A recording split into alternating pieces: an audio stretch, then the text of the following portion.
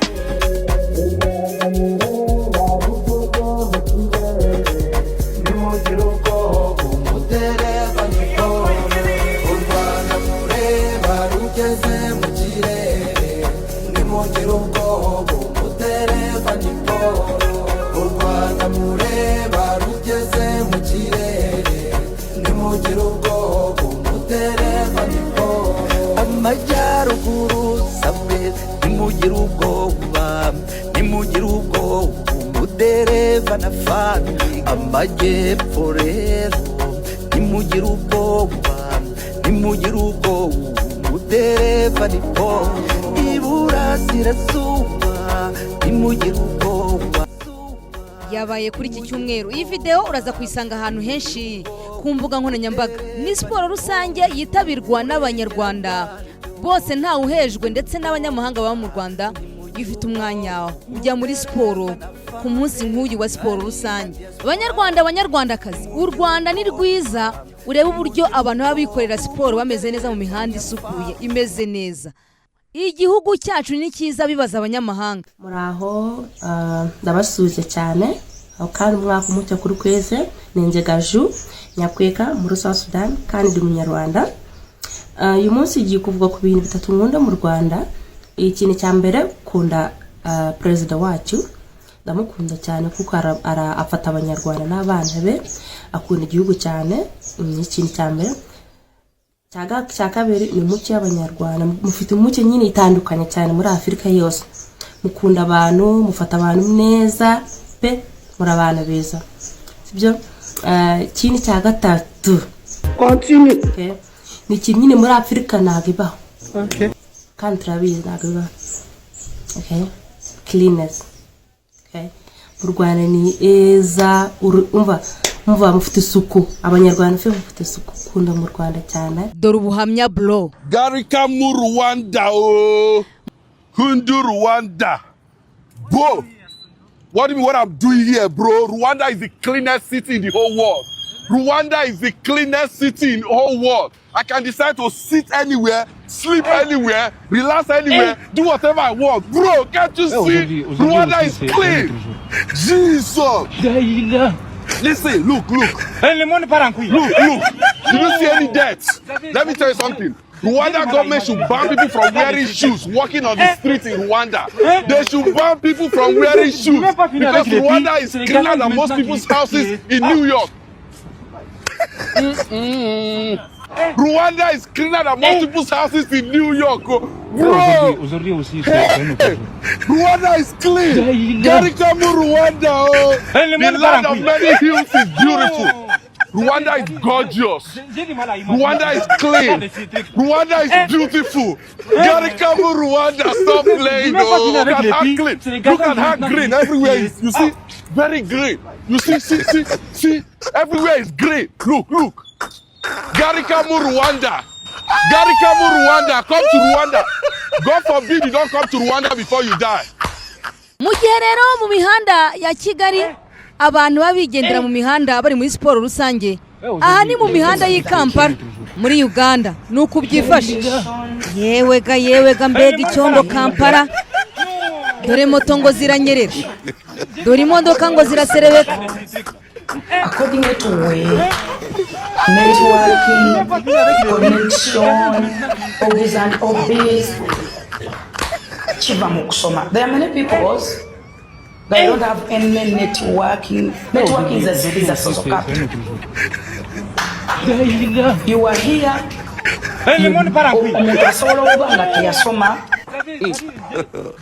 God have mercy upon us.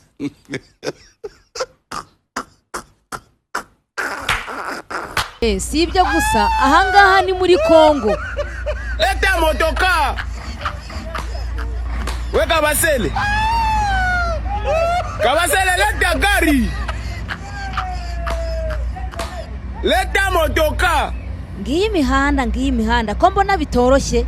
Njo kibumba hii sasa. Ko si uyu ni umuhanda? Njo kibumba hii sasa. Umuhanda. Ina bana. Wow. Leta motoka. Rudisha muviringo yako. Aha ndabona biri ku rundi rwego.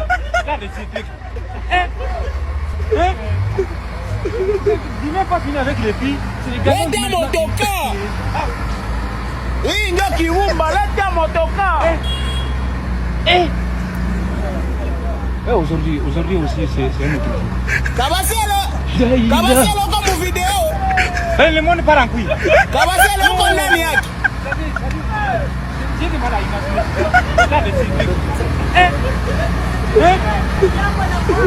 Dis-moi pas finir avec les filles. Ndakasema wanje kwa na chezi.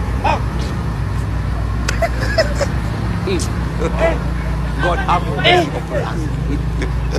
Aujourd'hui aussi c'est un autre jour. Hapa walipatia big. Hapa Kabasele kana big. Le monde part en couille. Bala ni njoro kwa moyo.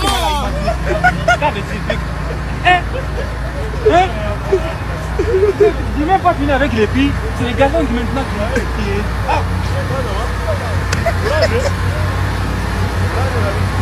Papa Tembo gari huko ni kuzimu.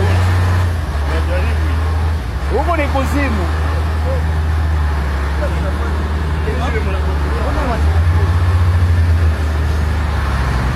Kama Jackson.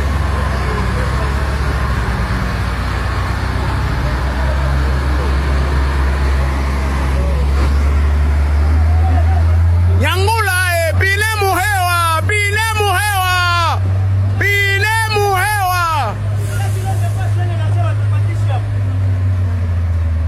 muhewa Kabasele. Weka Pascal we. Sukuma motoka. Il faut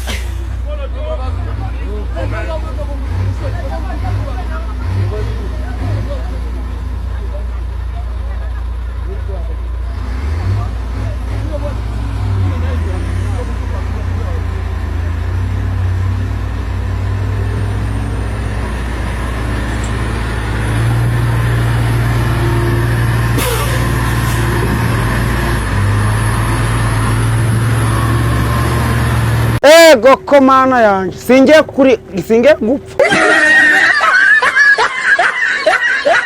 Reka twigarukire mu mihanda yo mu Rwanda. Tour du Rwanda 2026 yatangiye. Ni iminsi 8 y'ibyishimo mu mihanda yo mu Rwanda mu duce dutandukanye. Tour du Rwanda izacamo abantu ku muhanda baba bameze neza cyane birebera igare nta n'igiceri na kimwe bishyuye. Ni ukwihera amaso ku buntu. Icyo usabwa ari ukugenda ukegera umuhanda ukirebera igare papa. Nshimiye Perezida wa Federasiyo y'amagare navuga ko uyu munsi edisiyo ya 18 Tour du Rwanda 2026 itangiye metero 124 tugana Rwamagana. Ahantu Rwamagana twari tumaze imyaka 2 tutarangiriza. Aho nije abanyarwanda rero ku byishimo byose turimo turabibazanira basaba kugira ngo nkuko mubibona abavandimwe bose bahari tube turi kumwe. Uyu munsi rero abakinnyi morale igare ryatangiye Tour du Rwanda ku mihanda nuko byari byifashe. Fata imbavu kuko ugiye guseka gusa. Ni video ziba ziri kuzenguruka ku mihanda y'imbugankoranyambaga. Nkunda ko mwana byise ngo ni imihanda.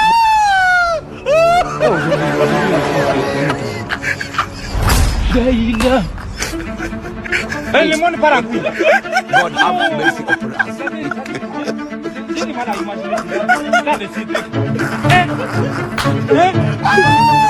Dis-moi pas finir avec les filles. C'est les garçons qui maintenant qui tiré.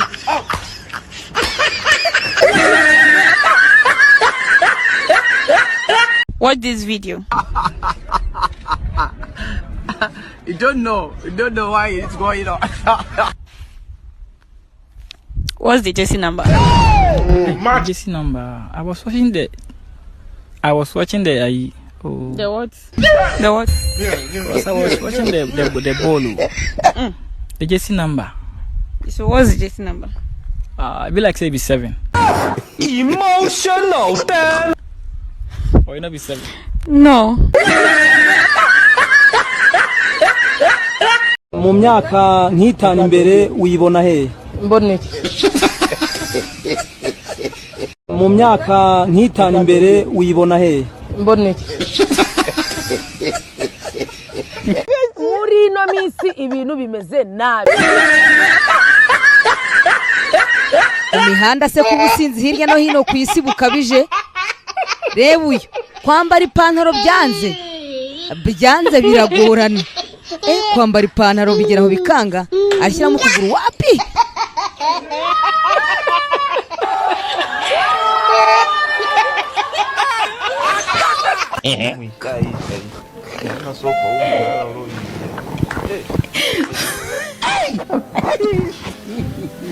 Ariko byaje gukunda maze ya pantaro arayambara ahubwo dore agiye gutega akamoto yitahira ajye kuruhuka. Sinzi mwaburetse umuntu uri kutureba ujye ufata icupa karibabaza akagera kuri uru rwego akwiye kugabanya kuko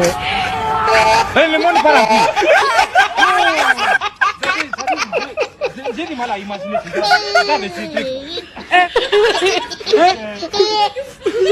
Il n'y a pas fini avec les filles. C'est les garçons qui maintenant qui... Ego komana yanjye. Nani mumbwire da uyu musore byagenze bite n'ugutinya amazi gusa cyangwa ubundi se niba yarazi ko atinya amazi yajyaga mu bwato kumara iki cyangwa ni bagenzi we abangaba bari kumwe bamushutse ndabona bitoroshye.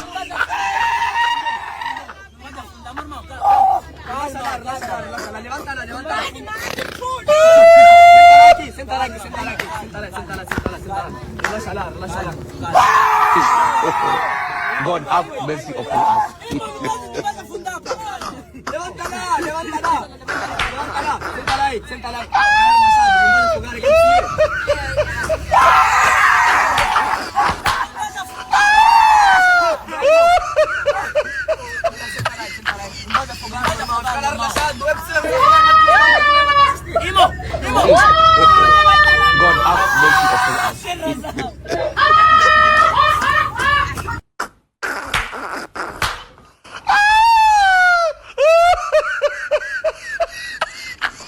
naho ndebera urwego ibintu biba bigeze nk'ubu iyi nkirashaka iki kuri uyu mugore niba uri kuzenguruka ku mbuga nkoranyambaga. Go front, Joe. Go, move. Release her, madam.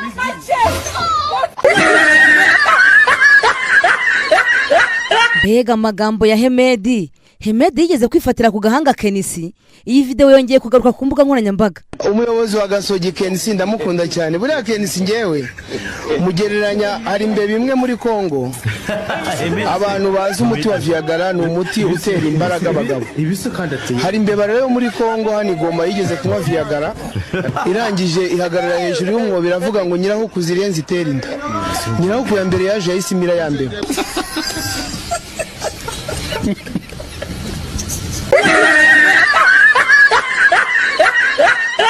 Seka wacu mva ko negera abagenzi ubundi aujourd'hui aussi c'est un autre jour. Si on va dire comment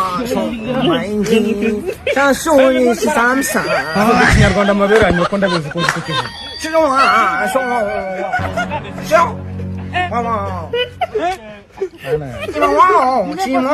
Vuga ikinyarwanda ariko kumanyuka. Utazi ko mwatsa tukashebuje. Ikinyarwanda uvuga ikinyarwanda ndasi akigo gihe umuntu abonye atari kugutugana imba ari umunyamahanga nubwo ntazi ikinyarwanda nabura n'ibitutsi Rwanda nimba umuntu uri umunyamahanga uje umwuba umushinwa w'umukongomani sabaho abake umushinwa w'umukongomani shavuga ikinyarwanda kirogorjora vuga ikinyarwanda vuga idahi kavuga idahi twari byutwa bira kuri moto maguranye ko nimbuzi n'ikinyarwanda none uri umuyazi wivugishwa ibintu by'ibishimwe wowe nimwe ko umuntu ageze no mu gipolisi mu kana mwambo uri mukangi mboza umusore ahuye na ex ajya gusezerana. Aujourd'hui aussi c'est ariko ubu ni bw'iki waba warakoreye extra ku rwego muhura akakuvuza amabuye.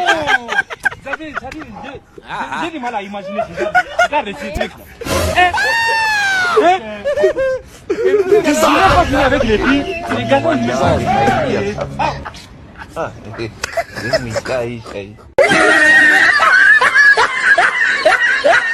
mu bukwe bwo mu murenge bikomeje kugorana.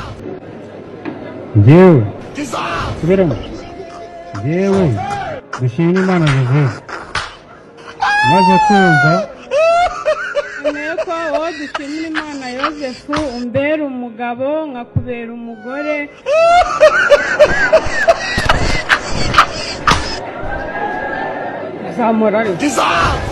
God have mercy upon us.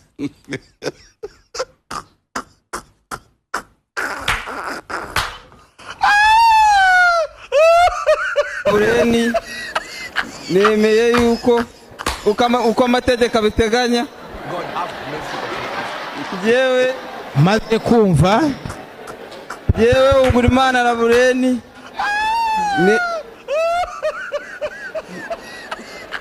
yewe ugura Imana na Bureni nemeye nta gahato ko nta kiruta Imana batuma ambera umugore buretse gatoya umugabo nk'uko amategeko ategeka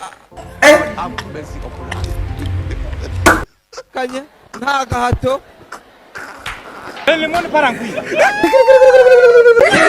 Tugarutse mu yandi makuru. Iyi video y'umugore wakubise umugabo ikomeje kuzenguruka ku mbuga nkoranyambaga. Abantu bataginga ribu bavuga bati uyu mugabo wahohotewe n'uyu mugore akwiye kubona ubutabera. Aje mukazi cyangwa nagwadi. Biroba mu magange ndinyoko. Ndinyoko biriko bahamagara. Ndinyoko. Waje. Ndinyoko. Ya kuri moto.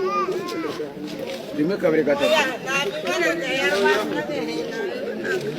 Ese yarari mararwana na. Yarari mararwana na. Ntabwo yarwana. Komisara hapo. Yarari mararwana na hari. Iyo nyako ni.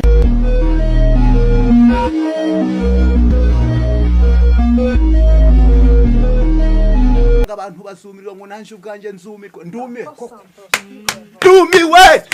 ndumiwe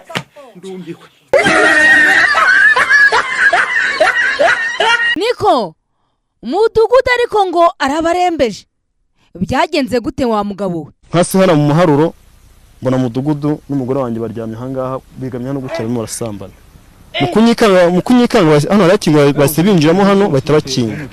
Twebwe twarumiwe n'abagore babatuye mu mudugudu wa Gishaka. Mudugudu tuyobora niyagushurukije byonyine uhita wumva ko ari sekurume y'akarere. Araza akagukora ku ibere. Akagukora mudugudu. Ibi nakora ni ibintu umva yewe araza ibi nakorera abagore baragowe gusa.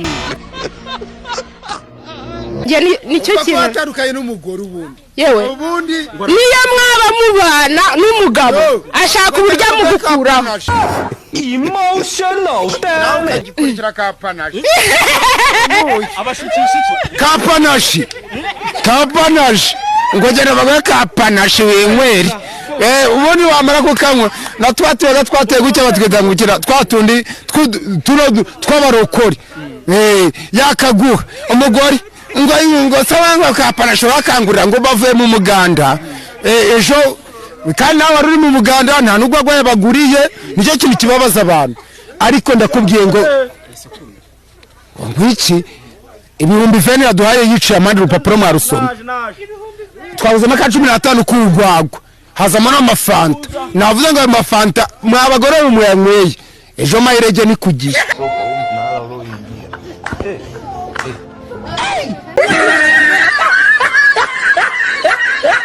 Fata imbavu twisekere imbogo guseka byongera iminsi yo kubaho. Niko bajya bavuga. Let's go. Bivuze ngo let's go kuvango byama burije. Hey y'all, come look at this. Let's go. Bivuze ngo let's go kuvango byama burije.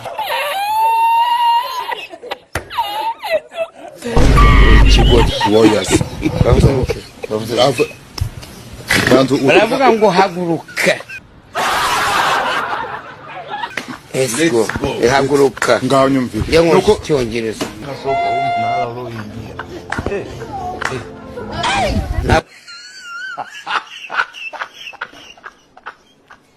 ubundi umwami w'imbogo ninde? kandi uyu muhungu atera imbere imbogo zigabanye gasubiyemo gukanda imbogo zigabanye erega azirundi gasubiyemo gukanda erega azirundi bro umwami arakwirukanye mu bintu byiwe. uti kubera iki muri hano twazindukiye hano nkuko murimo kubibona mu mashusho. Iyo ni imodoka ya toxique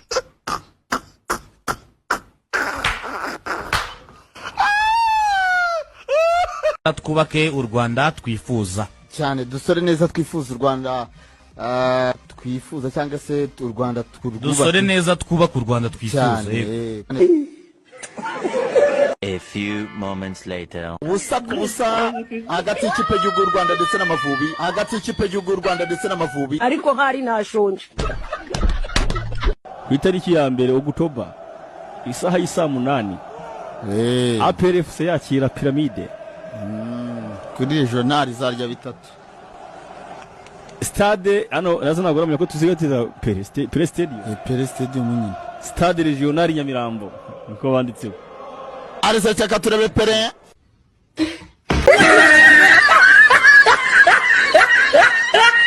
Perezida w'igihugu cya Brazil uramuzi? Aracyari we Denis Ngwisosaso. Ugize ngo iki? Si Denis Ngwisosaso. Mana yanjye we. What imbiris? Dani Sasungweso. Wowe wavugaga ngo suse Dani Ngwesuse su. Ngweso. Irindi ninde? Ngwesusas. Hey y'all, come look at this. Nize BCG. BCG wani iki ni biology? Physique. Geography. A few moments later. Okay, u Rwanda ruzo ntore tungahe? Ganangaya. 130. Ijana gukura muri Amerika ngahe? Ijana gukura muri rimwe. 90. Ijambo uruhererekane harimo ibihekane ringahe? Uruhererekane harimo ibihekane bitatu.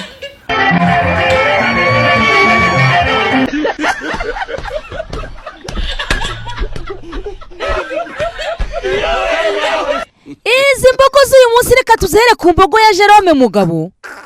Yagiye kuri Instagram ye maze ashyiraho ifoto, arangije arabaza ati harya ngo ujya urota uhanuna from I don't know where n'ibindi yakomeje hasi. Yewe Jerome warashe imbogo. Jerome ndabizi ko kureba izi mbogo. Jerome Mugabo. Aha washatse kutubwira ngo ikirero Jerome. Washatse kubaza ngo harya ujya urota uhanuka. Aha ngaho uri mu kirere biragaragara ko ibyo washaka kwandika ari uguhanuka, ariko reba ibyo wanditse Jero. Waranditse ngo ujya urota uhanuna. Yewe Jerome we, iyi mbogo ngiyi reka tuyiseke. Ni imbogo yawe.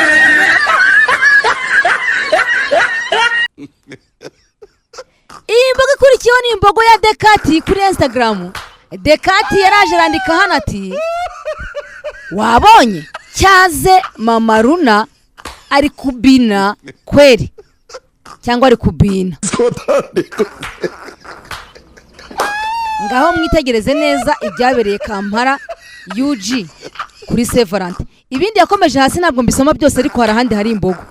Hasi yaranditse ati ese kuki The Ben ari nawe muhanzi ukundwa cyane hanze y'u Rwanda. Ari nawe urabona ko yashatse kwandika ari nawe, ariko akandika ashyizemo iriya ngombajwi ya wa. Iyi mbogo ntabwo ikabije, reka twirebere iriya yo hejuru. Yaranditse ati Mama Runa ari kubina, ari kubina, ari kubina. Yewe Dekati washatse kwandika uti Mama Runa ari kubyina, ari kubyina kweri. Wowe wiyandikira ko ari kubina.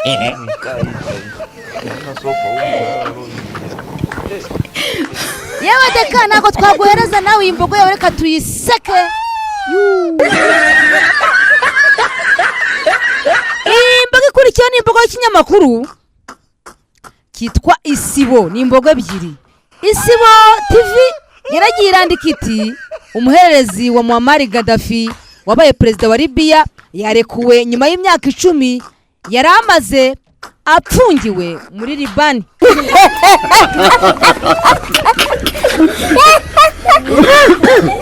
Ahangaha mwabonye imbogo mwarashe mwanditse ngo apfungiwe aho kwandika ngo afungiwe. Iyo ni imbogo ya mbere tube dusetse.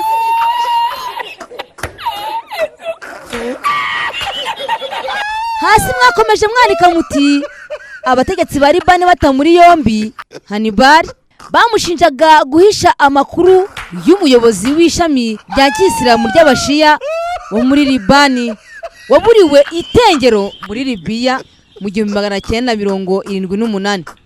Ubu se iyi mbogo ntimuyibona Isibo aho kwandika waburiwe irengero mwanditse ngo iki?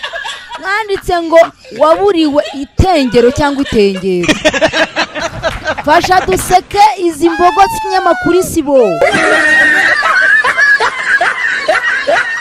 Indi mbogo ni imbogo ya Nkunda Mace ngo wikirinda umufana wa Rayon Sport ukaze cyane. Ku mbuga nkoranyambaga zarajandika ati hello twagiye mu kanya mu Nzove tugiye guhamba umukinyi mwiza w'ukwezi kwa 12. Yewe we mbega imbogo arandika ati are you ready? Ariko iyo mbogo yisobanukirwe reba hasi mu ifoto handitse ngo guhemba umukinyi w'ukwezi hagati muri la foto. None we Nkunda Mace wanditse ngo wanditse ko mugiye guhamba ngo hello ngo twagiye ngo mukaya mu Nzove tugiye guhamba umukinyi. Uyu mukinyi ko yagowe ngo hamba. Mbega imbogo ibabaje umuntu yanakwimyoza. Aho kwandika uti tugiye guhemba umukinyi we wanditse ko mugiye kumuhamba. Nubwo imbogo ibabaje ni mumfashe duseke imbogo ya Nkunda Mace. Stupid people always say no. Are you stupid? No.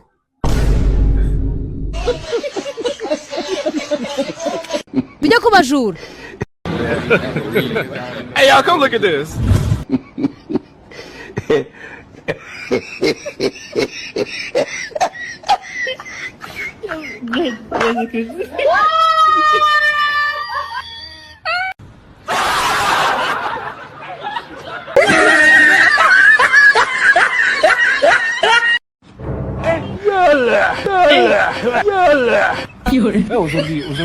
Ubujura burakabije hirya no hino ku isi. Aha ntabwo ari mu Rwanda.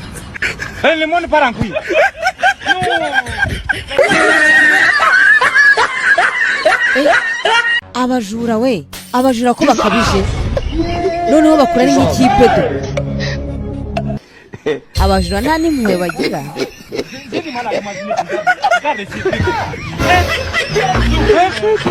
Oh my God. J'ai même pas fini avec les filles. Gahunda yari hari muri 10 trend y'uyu munsi kwari kukumara stress. Hanyuma ukisekera ubundi TV10 ibi hari ku bwawe nge nitwa Seka Fifi naho buta.